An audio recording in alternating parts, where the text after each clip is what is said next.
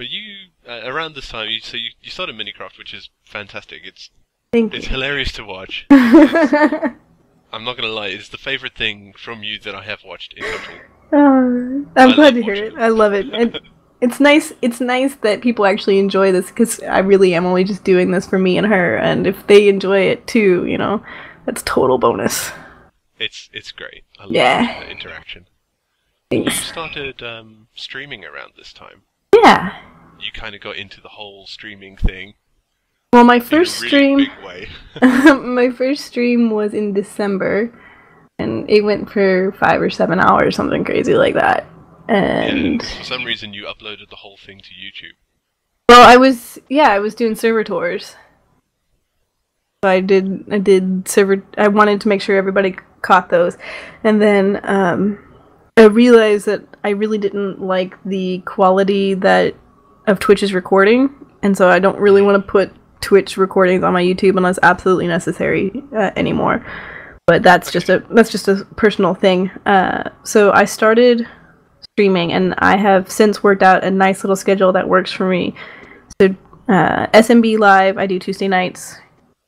As it goes really, really late, I'm also very glad that Wednesday is Nana Rose Day, so that Nana takes the kids and I can have a nice down day to recover. It stops at 1 a.m. my time, but I can never just go to sleep at 1 a.m. my time. It's usually 2 or 3 o'clock before my brain finally settles down from all of that. Yeah. So, I stream SMB Live on Tuesday nights, not actually on my channel, actually from their channel, because it's a multiple point of view stream, which is really cool. And then, Yeah, I've watched it a few times. and then Thursday afternoon, sometimes I will do a private stream. Usually I'm doing a hangout, but sometimes I will do a private stream for my patrons.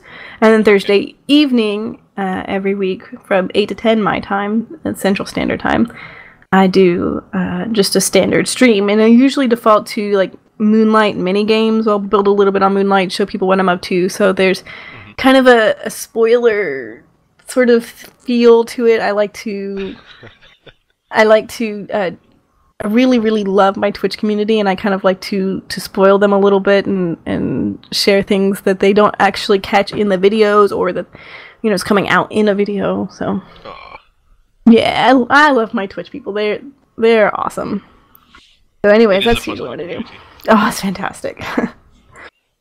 And then the last Friday of every month, I do a mega stream.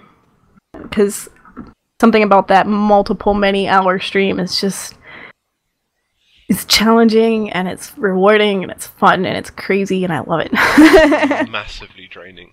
And it is also massively draining. I'm still kind of recovering from the last one. I mean, I struggle to be entertaining for half an hour. Well, it takes a lot of planning. I actually plan for 2 weeks ahead of time every time. Oh, wow. Yeah. You know roughly what you're going to be doing and so forth. Yeah. I've worked it out. I've done this 6 or 7 times now. So I've worked out a nice little rhythm where I go through and I check all my links. I check my Nightbot, make sure everything is all squared away. I figure out more or less what I'm going to be doing that night. So I always have a plan. Something I've learned in event coordinating is that stuff always goes wrong. So I just... As we learned. As we learned. No, we didn't. Everything was fine. Everything was perfect. It was 100% okay. Yeah. So, I have kind of a loose schedule so that I know more or less what's going on, and so that I can tell people, okay, this is what's going to happen roughly this time. So it's nice to know what to expect from such a long stream.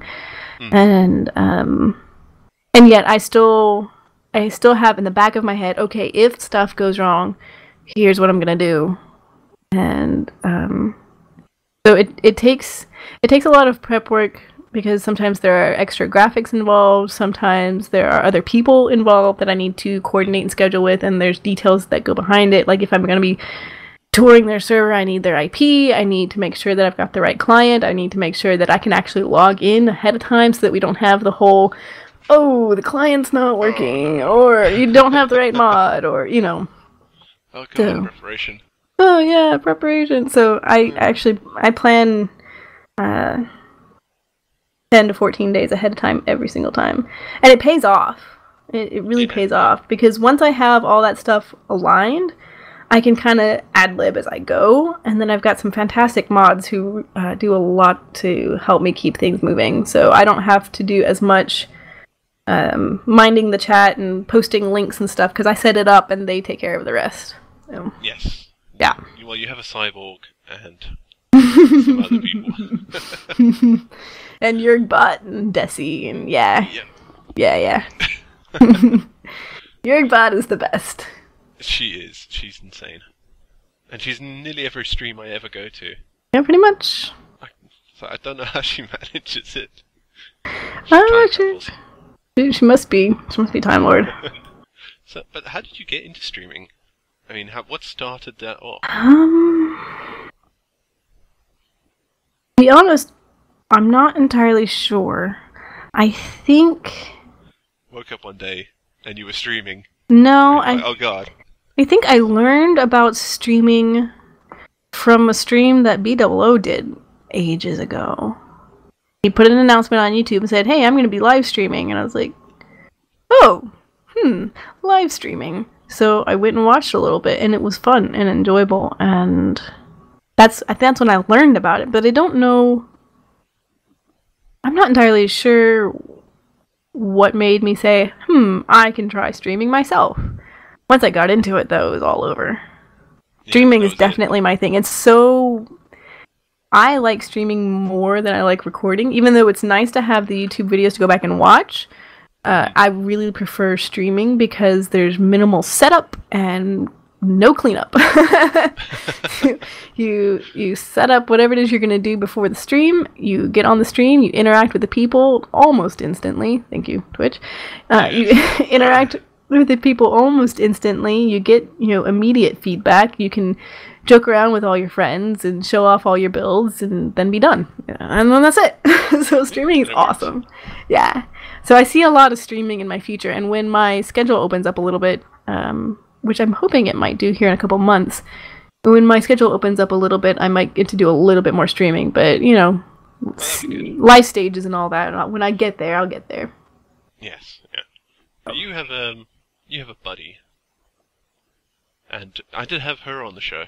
And I was a little mad. Yes, you were. Just a little. I got a little earful about that. Maybe. We will make it right. Trust me. Good. It'll work out in the end. Yeah. So she told us her side of how this union came to be. Union, that's a funny word. Funny, you should say that. Do you want to give us your version? My MK. We met in Godiva, and before the UHC, I did the nerdy thing, and I went and I researched everybody who was currently in the Godiva gaming group, and I went to their channels, and I watched their videos, at least one or two that would give me an idea of their personality, and I was thinking, okay, who can I work with, who can I collab with? And there were a handful of people that were in that group that I knew that I could work with, that I knew I could collab with, that would be good partner with me, that it would be pretty easy to work with. And then there was a list of people that I really would love to work with, but I am so incredibly intimidated by, it's never gonna happen, and she was on that list. So yeah. So I was like, oh, MK, she's so funny, she's so vibrant, I love her sense of humor, but she's one of those really bright, bold people that my quiet little personality ended up just fading away in the shadow. Fading away there. Yeah. Well, I actually, to be honest, I can't remember what triggered it. I really can't. I don't even know if there was a thing that actually triggered it. But I started showing up in her streams because, well, I was fangirling, and I I wanted to be near her, even though I had no hope of ever being her friend. I started showing up in her streams and watching some of her videos and chatting with her in Godiva, and I got this feeling, this just deep-seated need that I couldn't explain, and I still don't really know how to explain it. I need to be friends with MK. I've got to be friends with MK. She needs to be my friend. And so I might have had a cider or two, and I sent her a message, just a simple text message, I think on Skype or somewhere, and I said, so yeah, we need to be friends. Here's my phone number, text me. Like, nobody has my cell phone number. Wow, that was bold. Well, there was a tiny little bit of conversation that led up to it, just like the littlest bit, but I just really felt like we needed to be friends, and I had heard her say in stream, she saw my name, and she said, Graphoniac, I really feel like that's the kind of person that I need more friends. I need more friends like her. I was like, okay, well, there's my door. So I messaged her, and pretty much I said, so I feel like we need to be friends. Here's my number, text me, or basically, this is crazy, and we just met, so yeah, whatever. So, yeah, you were about to sing, weren't you? Yeah, no, I was not gonna sing. That's MK's job. So we had a Skype date, and it lasted 6 hours. Oh, jeez. 6 hours, and we were talking about everything. We talked about life growing up. We had a very similar growing up childhood. Very similar stories there. We talked about YouTube. We have fairly similar stories there. We talked about, our take on really pretty much life, the universe, and everything. And we found out that we have so incredibly much in common that our differences are actually more complementary than they are contrasty. Yeah. So, I think about 5.5 hours into the conversation, I was just sitting there mulling it over, how incredibly amazed I was to actually be talking to MK, not just talking to MK, but how incredibly well we were hitting it off. And I said, you know what, MK, I love you, marry me. She, without even blinking, she said yes. Like, okay, wow. Well, then Perfect. There's that.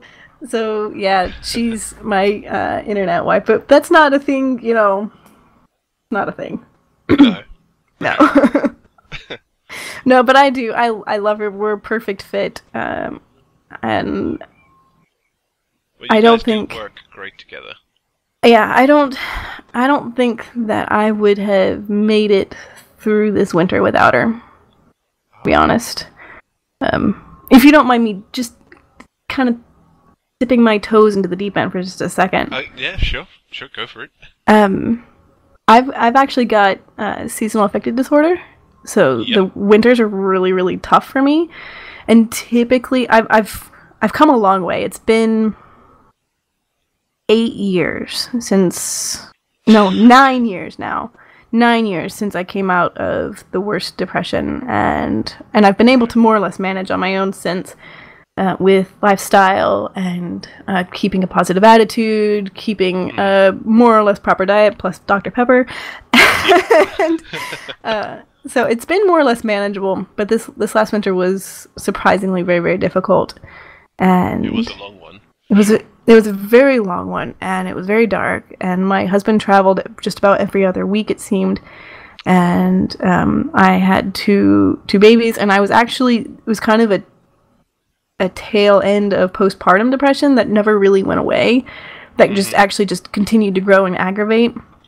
Well, this winter was particularly tough, and I did what I could, the whole remaining positive and finding the silver lining and pushing. And one of the things that I do that really helps me is to go and find someone else to help. And so my focus isn't on me anymore, it's on someone else. And then when I can go back and reflect on myself, it's a little bit easier because I have perspective. So I did a lot of that, but I also did a lot of calling MK because I just couldn't have made it through this winter without her. And I'm not gonna cry. That's fine. It's fine. No, but I really mean it. I've made a few really close friends, and she's the chief among them. So. That's awesome. That's a really touching story. Now don't you cry, because I can't stand it. Well, what I'm going to have to do is get MK in a call, and then listen to her cry about it. Yeah. That would be a thing. Yeah, okay. Oh, well, we've been talking about your streaming and your relationship with MK. Mm-hmm. You've got two pretty iconic things, particularly in your streaming, that are really Graphoniac all over. And one of them is Dr. Pepper. Yes, I do love my caramely sweet goodness. which you had to give up for a month. Yeah, I or chose tend to. to. I don't believe you did it. Definitely don't believe you did it. Well, mostly. You looked at a Dr. Pepper. Maybe. No, I'll be completely honest. The very, very, very first day of May, I had one because Squirt Dude brought me one. There was no way on earth I was going to say, I'm sorry, I can't drink this Dr. Pepper that you brought from 3 states over. That's just rude. Just rude. I'm not going to do that, so I drank it. It doesn't count. Right, it doesn't count. It was a totally gift. It doesn't count. Exactly. And then, a week and a half to 2 weeks later, I got pretty sick. Mm-hmm. And after 3 or 4 days of being sick, I couldn't stand it. And my husband... Yeah, well, my husband said, well, why don't you just try a little Dr. Pepper here in the morning and then see if maybe that can get you enough awake so that you can actually go to sleep this evening, because that was one of the things I was having trouble sleeping. And I caved, and I said, yeah, okay, and I drank some, and I felt a little better, and then I realized, oh, these are flu-like symptoms, this is exhaustion, this is called caffeine withdrawal. Holy crap, I really was more addicted than I realized. Oh, dear. So for 3 days, I had one of those little, like, I don't even know how big they are. They're like 250 milliliter cans, like the tiny little ones, the little ones. Yeah. I had one of those for 3 days and weaned myself off instead of cold turkey, and I was able to sleep again and able to get function. And then I had a couple during the 12-hour stream on Friday, right at the very, very end of the month. So I did not make it through the whole month. But I did do a lot better, and I did break the addiction. It was getting pretty deep. I mean, it was a bad winter, and I wasn't really paying attention. But I've not helped you get through. Except for the stream where I had a couple of them. My rule is no more than just the one of those little bitty cans per day, and if that. Okay. So I'm all right. I'm okay. I can quit any time I want. That's right. Then the other, even more iconic thing, is the hat. Ah, the hat. You want to know a little known fact about the hat? Please. Besides the fact that I am actually wearing it just now, is it's not actually a fedora. It's a trilby. But people think people think it's a fedora because it's a similar shape. But the band is smaller by a lot. The brim's smaller, and there's kind of a turn up in the backside.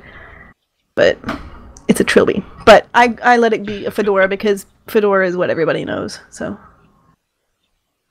And you're taking it back from the whole neckbeard thing. I'm doing what? If you don't know about neck-bearded fedora wearers, don't even start. No, actually. That's okay. No, I said anything. No, I wear the trilby because or fedora if you like. I wear the hat because it feels very Rat Pack to me. It feels very Frank Sinatra, very classic jazz. So. Well, you wear it well. Thank you. You have a number of them, I'm led to believe. Maybe. I have the black one, which I've been wearing a lot lately. The brown plaid one, which is actually my favorite. It's the first one I ever got. My sister gave me. And then I've got the gray plaid one, which I might be giving away. No. Dun dun dun! Shock horror. No, I know. It's like, okay, I just quit. I'm just gonna leave right now. So I'm doing this. Little giveaway. Yeah, I'm doing this thing called Marathon to Minecon, where I'm trying to get to Minecon this year, even though it's going to be in the UK or Europe or somewhere over across the pond. So I'm trying to get there without putting my family any deeper in debt, because we're also trying to sell the house and get closer into town so that we can save more money and stuff. So I'm trying to get there without going any deeper in debt. So I'm doing Marathon to Minecon, and I'm getting really, really close to my goal. And either the day that they finally put Minecon tickets on sale, or the day that I make my goal, whichever one comes first, I'm going to draw a random winner from everybody who's entered to win the hat. And I'm going to give away the hat. The hat is the very same one that I spent, I think, a week trying to find right before Minecon, and there's actually Twitter history showing that trying to find a hat. That I was trying to find a Minecon hat. I wanted a Minecon hat because I wasn't going to take my favorite and accidentally lose it. So I went and I found this Minecon hat, and it was perfect, and I love it, and I put a flower in it, and I wore it. JL wore it, actually.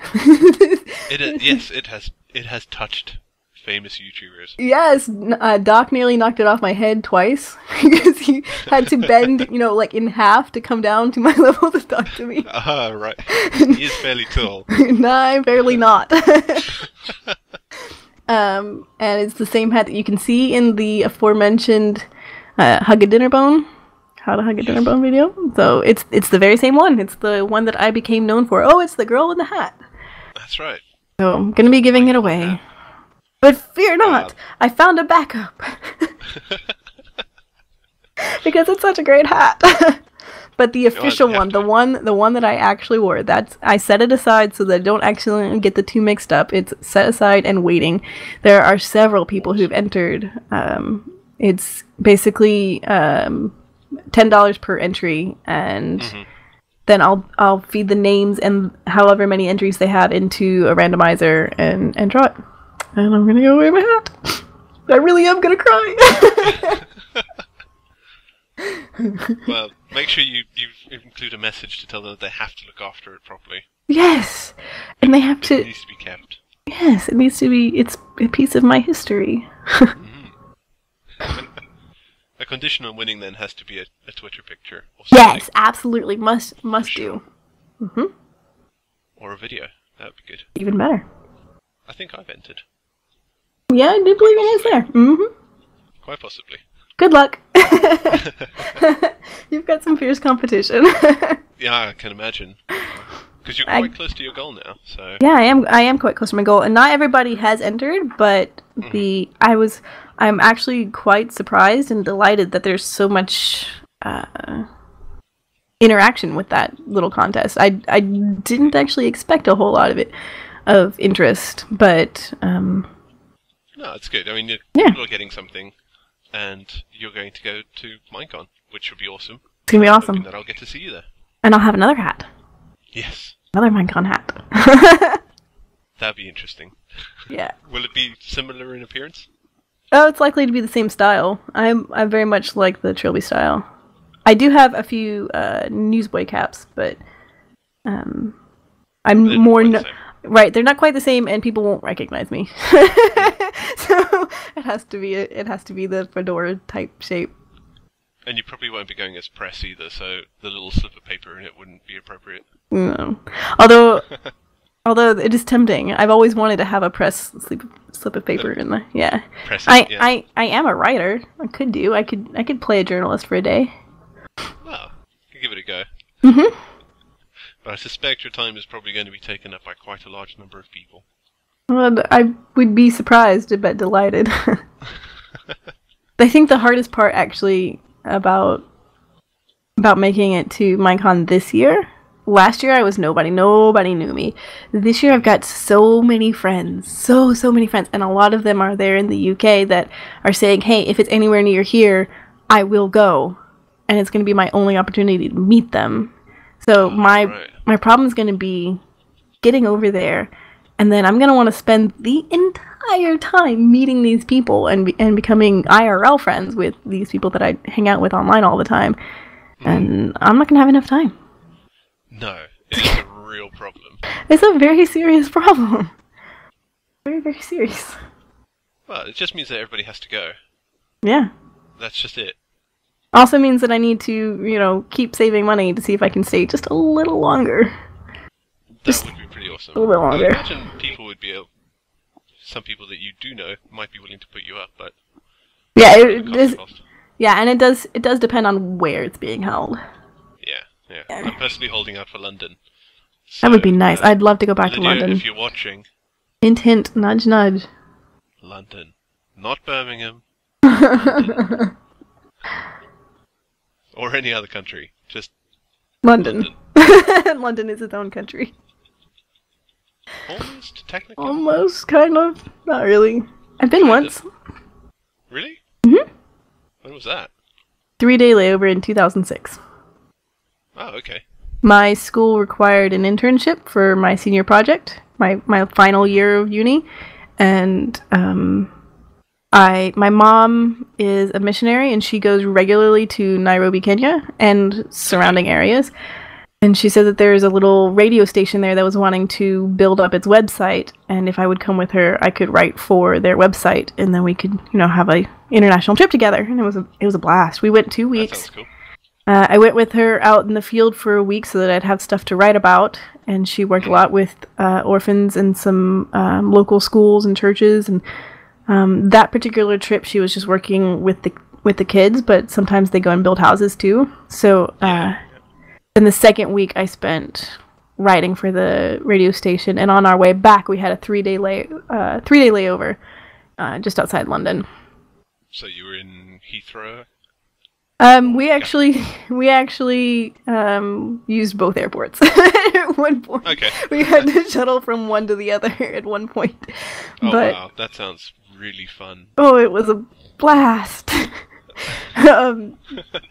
But that 3-day layover was awesome. We got to walk all over London, got to see the famous sights, got to hear Big Ben, and the best bit was that I actually got to put my elbows on the stage in the Globe foreplay. Ah. Aha. Ah. Bucket list, check. Yeah. Well, it's been years since I've been to the Globe. It's been redone as well. Yeah, it was really nice, so very much enjoyed it. That's awesome. So you're well-travelled as well. Yeah. Alright. We're going to end on one thing before we go into my stock standard questions that sort of tail away into the interview. Okay. You're on another server. Mm-hmm. You do a lot of streaming of this. It did come up a little bit ago. Mm-hmm. And that is Moonlight. Mm-hmm. What's the story behind that one? Because you've been there for a while. It's been a thing that's been in the works for a long time. Tango Tech put out a world download contest. You download the world, and you answer questions, and you go and find all these things. And I thought, I'm his #1 fan. I bet I could do it. I wasn't going to enter the contest. I just thought I'd do it. Just so do it anyway. Right. So I downloaded it. And I did it in about 45 minutes, and I thought, why not just submit it? Just for kicks and giggles, just to see if I got it right. And I did, and I won. And we did a recording thing together, and we were talking, and he said that recording with me in Impulse was the most fun he'd had in Minecraft ever.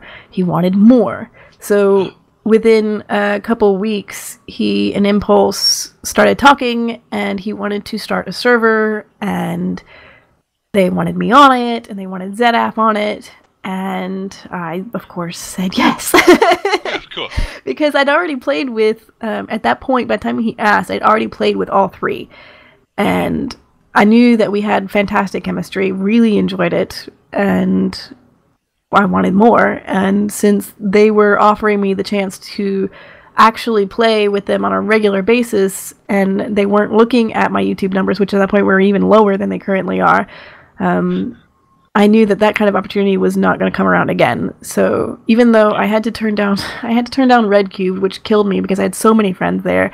I had to turn down Decidedly Vanilla. I had so many servers that kept saying, "Hey Graph, we love you. Come join our server." I was thinking, if I start now, I'm not going to be able to continue both this server and Moonlight. It's not going to happen. I won't have time, so I'm just going to have to say no from the beginning, and I couldn't exactly tell them why, because it was a secret until he got all the things worked out. So, yeah, Moonlight is a professional YouTube server that was based on the amazing chemistry of 4 friends that somehow just happened. That's the luck factor. Right there. Absolutely love it.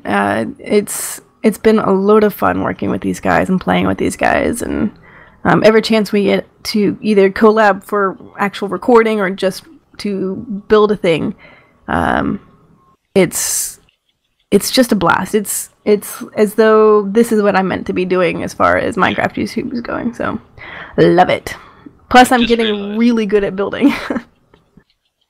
I don't think you've ever been particularly bad at building. Oh, I mean, thanks. your ward builds were quite good. Thanks. But if you say you're getting better, I'll take your word for it. Oh, I'm very much enjoying it. I'm a very bad builder. I'm very much enjoying it. We did unfortunately skip over something. What's that? Which is the other game you play. Oh! You have a new series at the minute. I do, and it's not Minecraft. Yeah. Yeah. Which is really shocking and surprising to everyone. I know. Ta-da!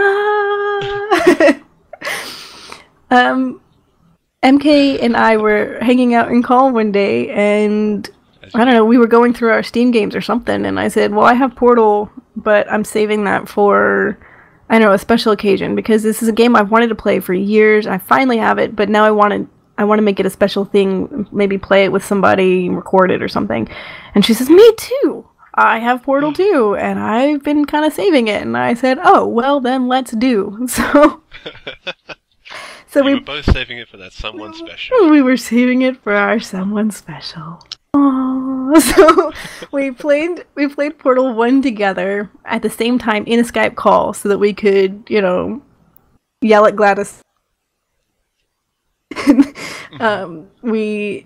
We then started playing Portal 2 in collab, an actual collab game, and I put my very first video out, what is for me, last week, and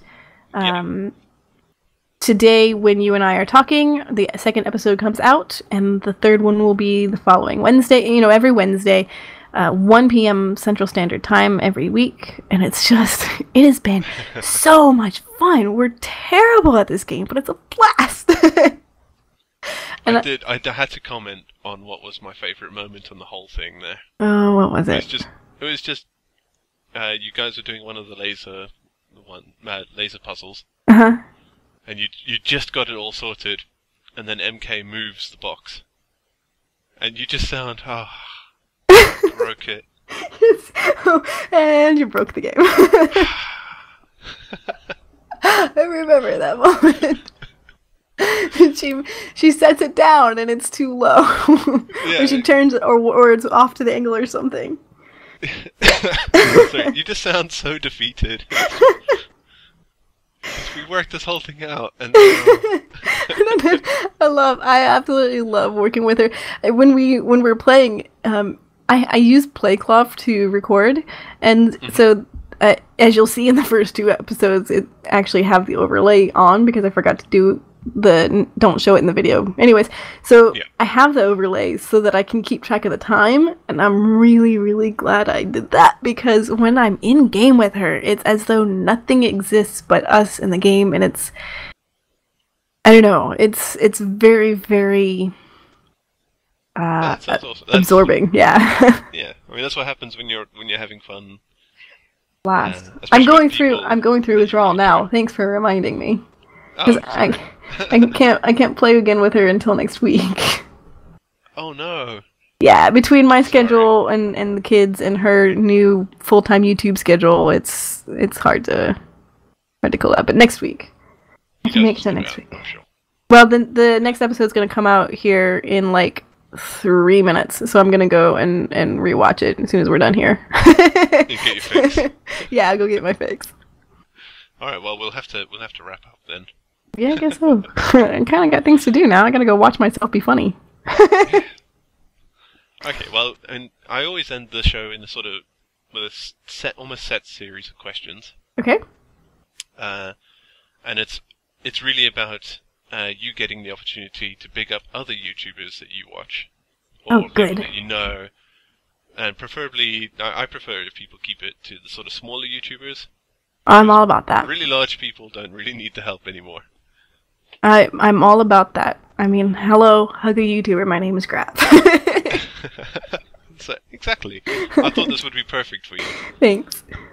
Come at me. Let's have it. Yes. Okay. So I know we don't always get a lot of time to watch other YouTubers. Yeah.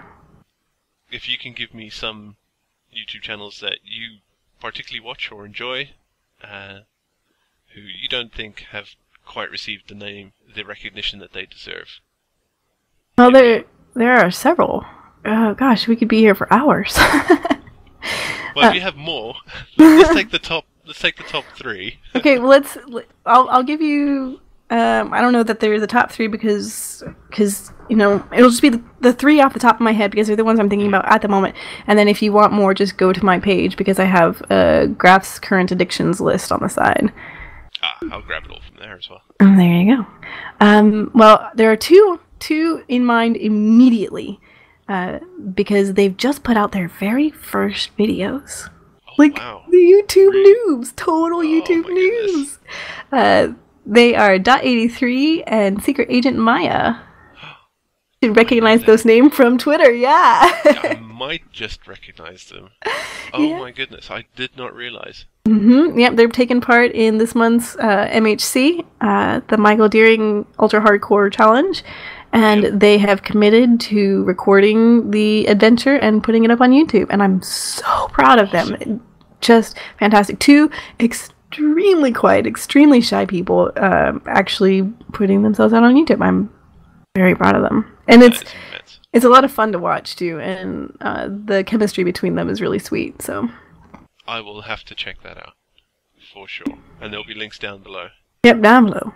And then the third one, I'm going to have to say, Jurg Spot, because people see her in streams, but they don't realize that she actually puts content out herself, too.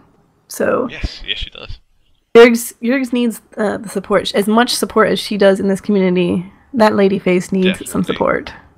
If anybody ever deserved to have it paid forward, it is definitely Jurg's. Yeah.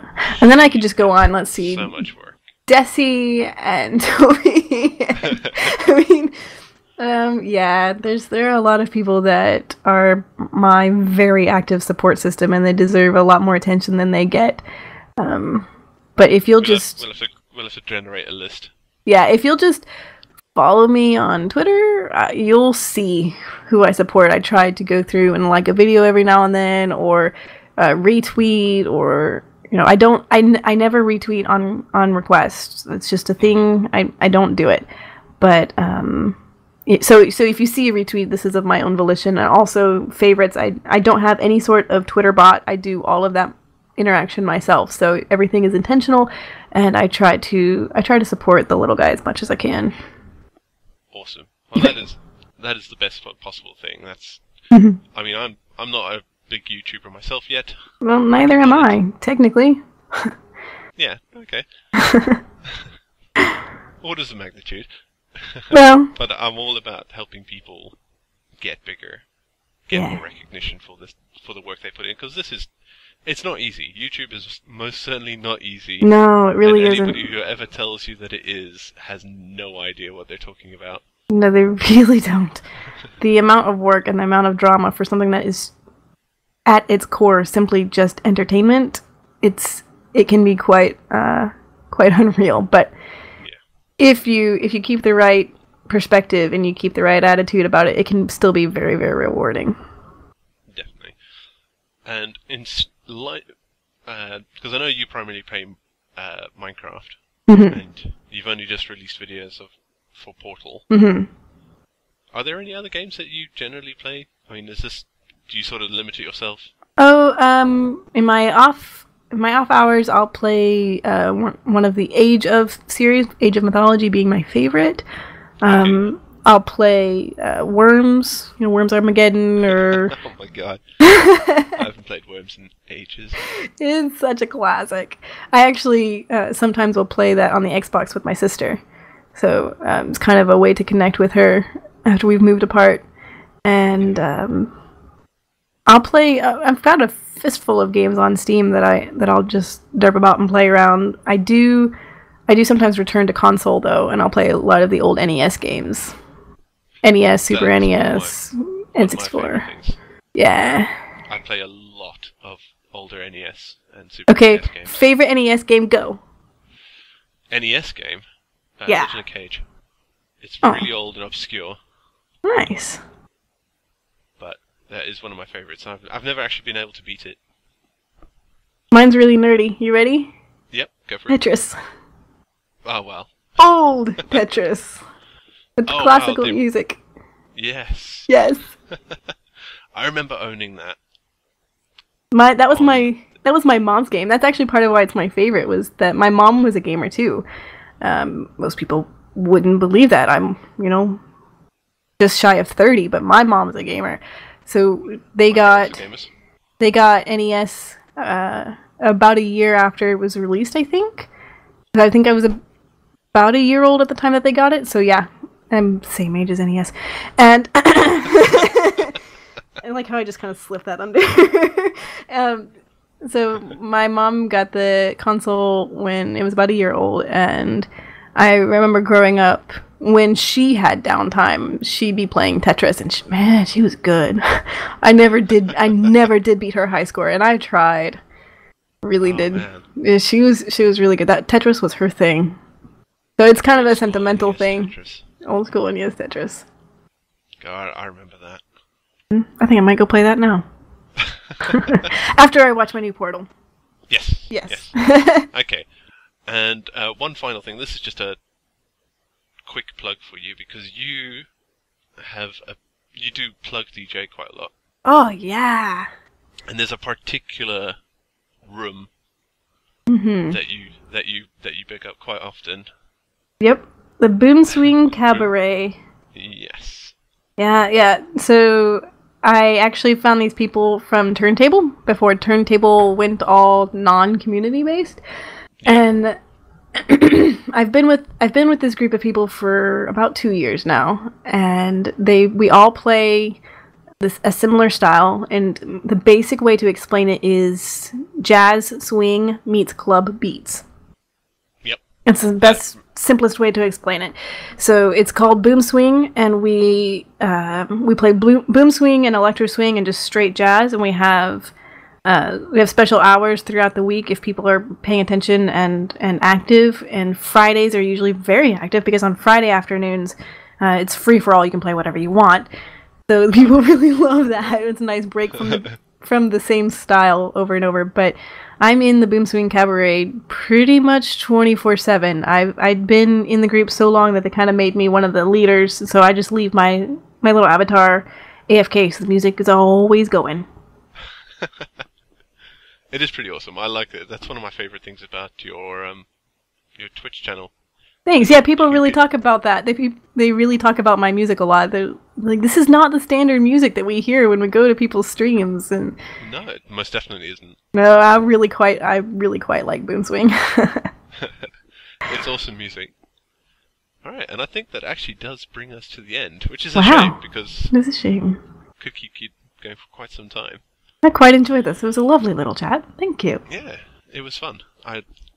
I'm really honoured that you agreed to come on the show, so thank you very much. Well, this is my first little, hey, come interview a YouTuber show. I've never done this before. This is exciting. Thank you very, very much. It's absolutely been my pleasure. That pleasure's mine. So, thanks for watching, everybody. Good job. It's been a fantastic audience. Thanks for listening to us ramble. Oh. And we will see you next time. Bye bye. Adios.